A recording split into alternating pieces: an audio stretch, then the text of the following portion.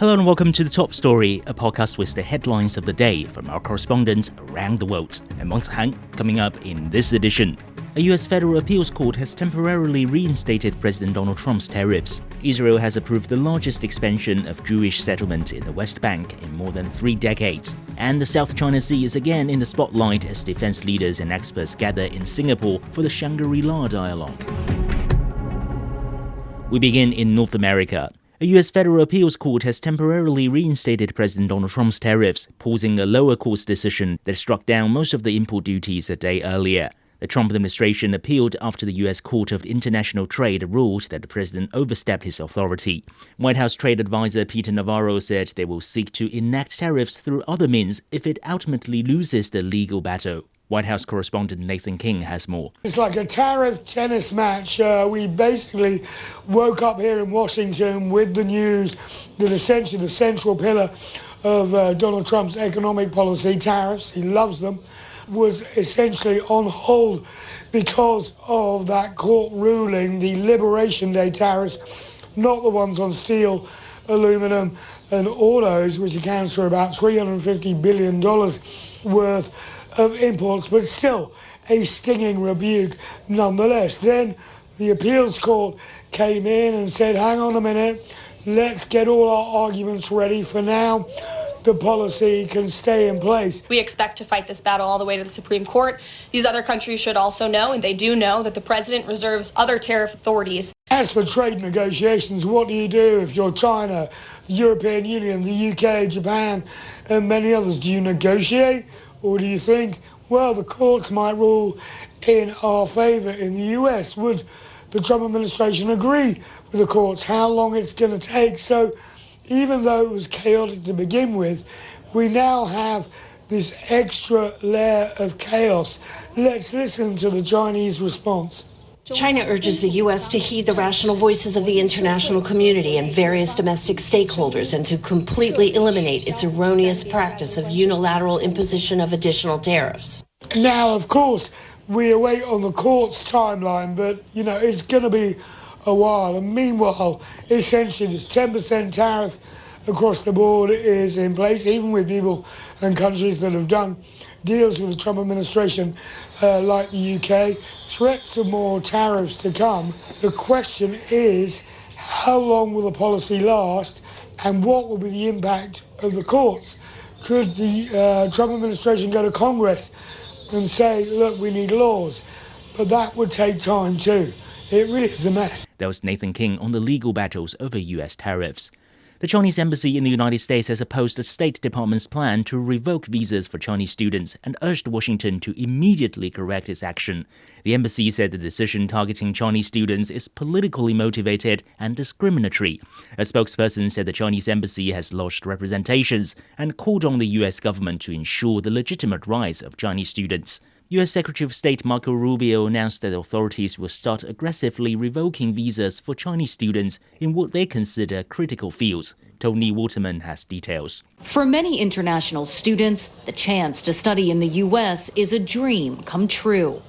But for Chinese students, that opportunity is now up in the air. Hundreds of thousands not sure if they'll be able to enter or stay in the U.S. after the Trump administration said it would start revoking the visas of certain Chinese students. I'm pretty worried. This Chinese student, who would only give her surname Chen, is meant to start her postgraduate studies at the University of North Carolina, Chapel Hill this fall. She says she's now considering alternatives.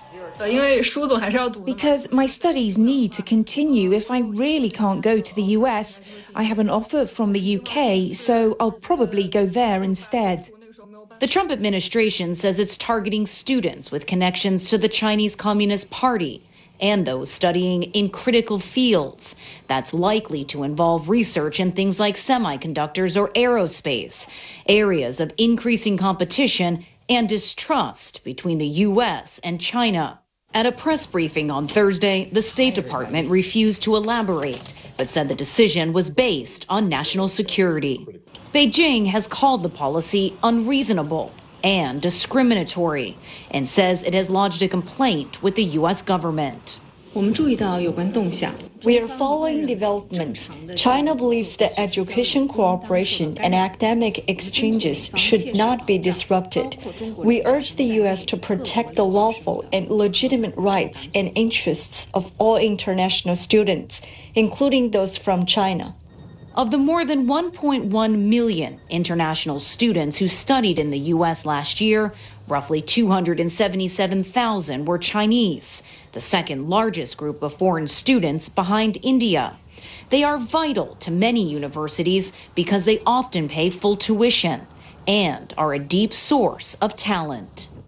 But President Trump sees foreign students as a threat to his America First policy, and his administration has grown increasingly hostile towards them, detaining students who have participated in pro-Palestinian protests, pausing new visa interviews for international students, and engaging in a very public battle with Harvard, barring the university from enrolling foreign students, something a federal judge on Thursday temporarily blocked. That was Tony Waterman on the Trump administration's moves in the education sector.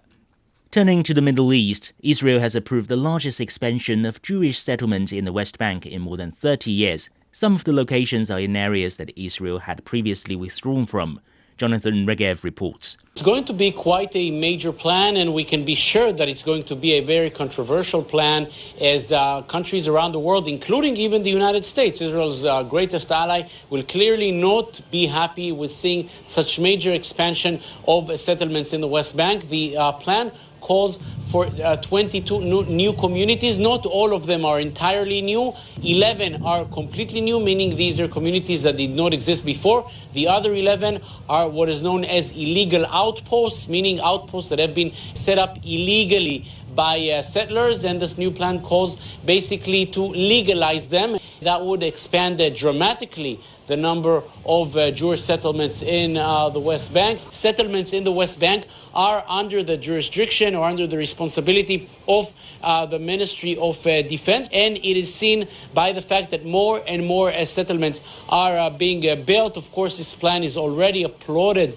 by elements from the far right, even from within Benjamin Netanyahu's Likud party. We can expect a tsunami of condemnations from abroad. We know that in just a few weeks, a high-level convention is expected. It is in Washington in the U.S., but led by France and Saudi Arabia, meant to make sure that the idea of the two-state solution is still around. What Israel is doing in this plan is basically prevent such a plan from materializing, putting settlements in key positions all along the West Bank that would prevent a continued Palestinian presence all along the West Bank. This is what Israel is trying to achieve. It seems that nothing is stopping this government, the current government, from achieving that in this plan. That was Jonathan Regev in Tel Aviv. In Asia, the South China Sea is again in the spotlight as defense leaders and experts gather in Singapore for the Shangri-La Dialogue. A security assessment is warning of rising military activity, specifically pointing to the Philippines' deepening cooperation with the United States. Zhao Yunfei explains how the alliance is reshaping the region's fragile security dynamics and how Beijing is calling for consultation instead of confrontation. The latest security assessment handbook released by the organizer of the Shangri-La Dialogue expressed concerns over the Philippines' enabling of U.S. surveillance flights in the South China Sea. Here I quote, "Given its limited resources, Manila is likely to continue leveraging the UAV, uninhabited aerial vehicle capabilities of its treaty ally, the United States." The assessment says this only escalates Washington's involvement in the regional security. It highlights a growing security partnership. For example, the Japan-Philippines-U.S. relationship has also undergone significant development. And it has vowed to expand operations in the South China Sea and East China Sea. The South China Sea issue has been one of the major disputes in Asia-Pacific and a key topic at this year's Shangri-La Dialogue. The Philippines' provocations have disrupted the regional peace. Now they're recruiting more powers, even forces from outside the region, to complicate the issue. When it comes to disputes, consultation is the key to resolving them. Malaysian Prime Minister Anwar Ibrahim is set to talk at this year's dialogue. Malaysia serves as the rotating chair of ASEAN this year, and China supports Malaysia's efforts to accelerate negotiations on a legally binding code of conduct in the South China Sea. China is sending the PLA's National Defense University delegation. China has consistently participated in various constructive dialogue platforms, presenting China's ideas and initiatives and engaging in communication and exchange with all parties. This has enhanced the trust, dispelled doubts, strengthened cooperation, and contributed wisdom to the joint promotion of a community with a shared future for mankind. There was a report about China's position on regional peace. In China, locals of a town in the country's south are celebrating the Dragon Boat Festival with a unique tradition, the Dragon Boat Drifting Race. The race in Dejiao, Guangdong Province is often called the Formula One on water. Dai Kai has more. Each year around the Dragon Boat Festival, the community in Dejiao comes together for the Dragon Boat Drifting Race, a tradition that has been passed down through generations. For locals, it's a celebration of skill, teamwork, and cultural heritage.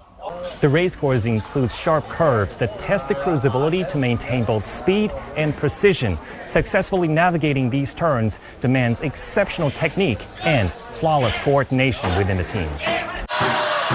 The race boasts a history dating back over 500 years. It is characterized by synchronized paddling, rhythmic drumming, and the strategic maneuvering of long, narrow boats through tight corners. For Liu Yezhang, racing on a dragon boat has been a part of his life for 6 years. Dragon boat drifting is etched into the hearts of every Dejiao native. It's in our DNA.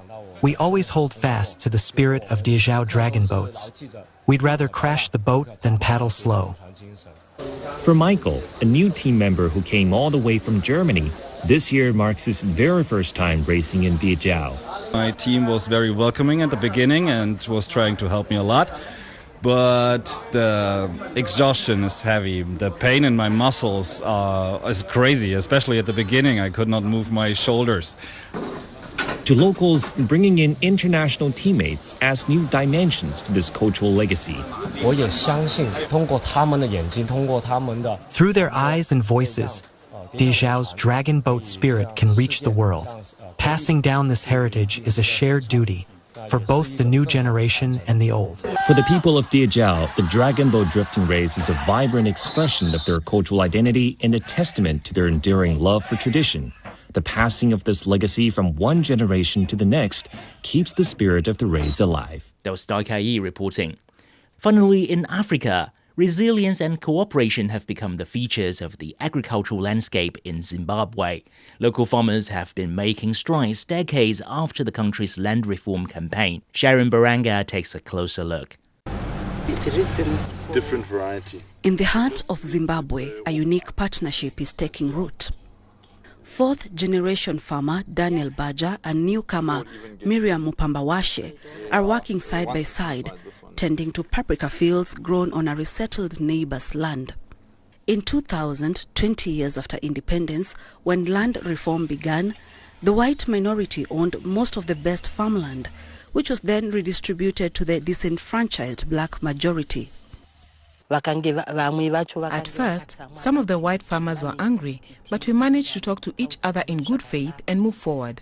So I want to say the new land tenure policy by the government is very good for us because it will give us black people an identity. Miriam was one of thousands granted land during the land reform. Though she began with little experience, her farm now thrives with the help of neighbors like Baja, who provide machinery and technical advice. They never let us down by saying, you grab the land, let's see if you can farm it. Instead, they brought their own tractors and equipment to come and help, which we felt was a nice gesture. The land reform meant to correct colonial-era injustice displaced around 4,000 white farmers, many of whom are still waiting for government compensation. Baja, vice president of the Commercial Farmers Union, which represents mostly white farmers, says both sides have legitimate claims and responsibilities. There's merit in both sides of the story. Those who invested into the farms and lost assets make sense for them to get value for those assets back. And those who took on the assets because of having fought for the freedom and independence of the country. Both Miriam and Daniel are encouraged by another major government announcement, granting land ownership rights to beneficiaries of the 2000s land reform. The 10-year announced late last year replaces 99-year leases. With new 10-year rights allowing resettled farmers to own and sell their land, hope is returning to Zimbabwe's once troubled agricultural sector. For many, like Miriam and Daniel, the focus is less on the past and more on building a sustainable agricultural future together, one that demands commitment and boots on the ground. That was Sharon Baranga reporting. Now recapping today's headlines, a U.S. federal appeals court has temporarily reinstated President Donald Trump's tariffs. Israel has approved 22 new settlement sites in the West Bank. And the South China Sea is in the spotlight as defense leaders and experts gather in Singapore for the Shangri-La Dialogue. That's it for this edition of The Top Story, a podcast that brings you world headlines every weekday. For more news in politics, business, sports and culture, you can subscribe to the Beijing Hour, a one-hour podcast news magazine program. We welcome and appreciate all ratings and reviews. I'm Meng Han. Thank you for listening.